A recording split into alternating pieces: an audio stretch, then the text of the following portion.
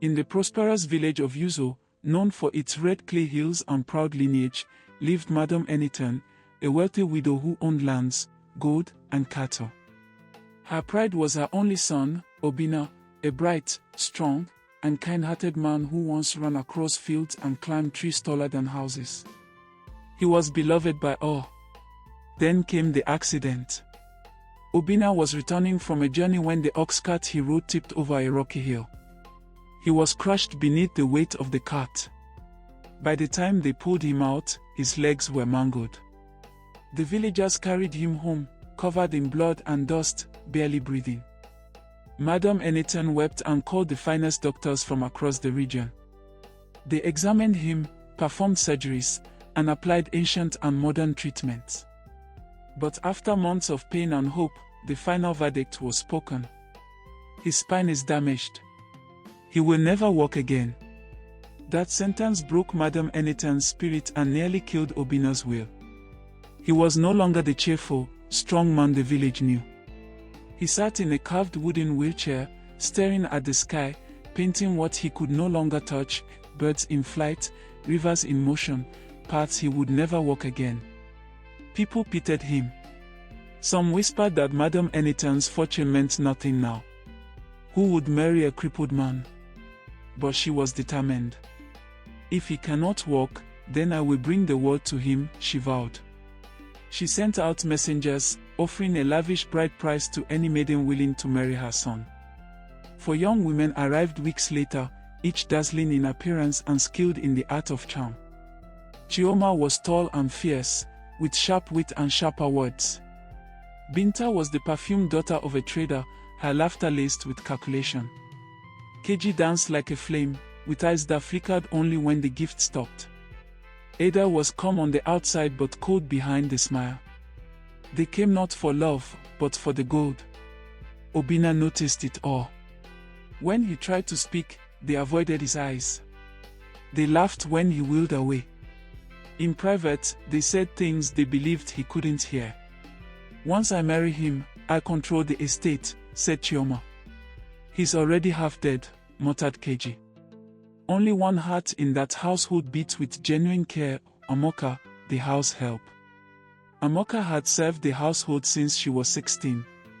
An orphan girl with no family but plenty of spirit, she swept floors, cooked meals, and remained invisible to most. But not to Obinna. And not when he needed someone most. One day, while the rest were away, Obinna's wheelchair tipped on the garden stone path.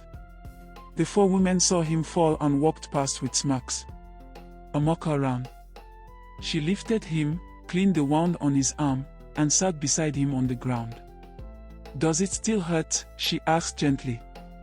He looked at her, tears fighting their way to the surface. Not the body. Just the heart. That evening, she brought his food. The next evening, she stayed to read to him. What started as kindness turned into care. What grew from care became comfort. And then, quietly, deeply, love.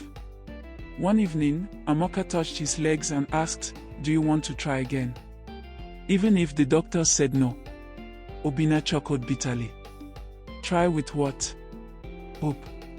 She took his hands. Hope and help. That's more than what you've had. Every night, in secret, Amoka began walking with him. She massaged his legs, helped him stretch, supported him to sit upright. The pain was unbearable. Sometimes he screamed. Sometimes he cried. But she never left. She whispered to him, "One day, you'll walk. Not because of the doctors, but because your heart hasn't stopped moving." Weeks became months. One day, Obinna twitched his toes. Then he stood for a second. Then 2. Then stumbled into her arms. She caught him and cried with joy. By the time the 4 women had begun fighting over Madam Anyton's gift, Obinna had learned to walk again, in secret, step by painful step. Then came the day of truth. Obinna walked into the courtyard, upright, tall, proud. The compound froze in shock. Madame Enitan screamed and fell to her knees. My son. You're walking. The 4 women rushed to him. I knew you would recover. Chioma lied. I prayed for you, said Keji. He raised his hand. No, he said. You didn't pray. You plotted. You mocked me when I was at my lowest. You came for the gold, not my heart. He turned toward the kitchen and called, Amoka. She stepped out, shy and unsure. This is the woman who gave me back my legs. And my life. Gasps. Murmurs. Fury. You can't marry a house girl. Binta hissed. Obina walked to Amoka and took her hand. She is no house girl. She is my healer. My hope. My wife. The women stormed off, defeated and exposed. Madame Enitan stood slowly and faced Amoka. Her pride warred with her gratitude. But when she looked into the girl's tear-filled eyes, she saw the only thing that mattered, true love. You gave me back my son, she whispered.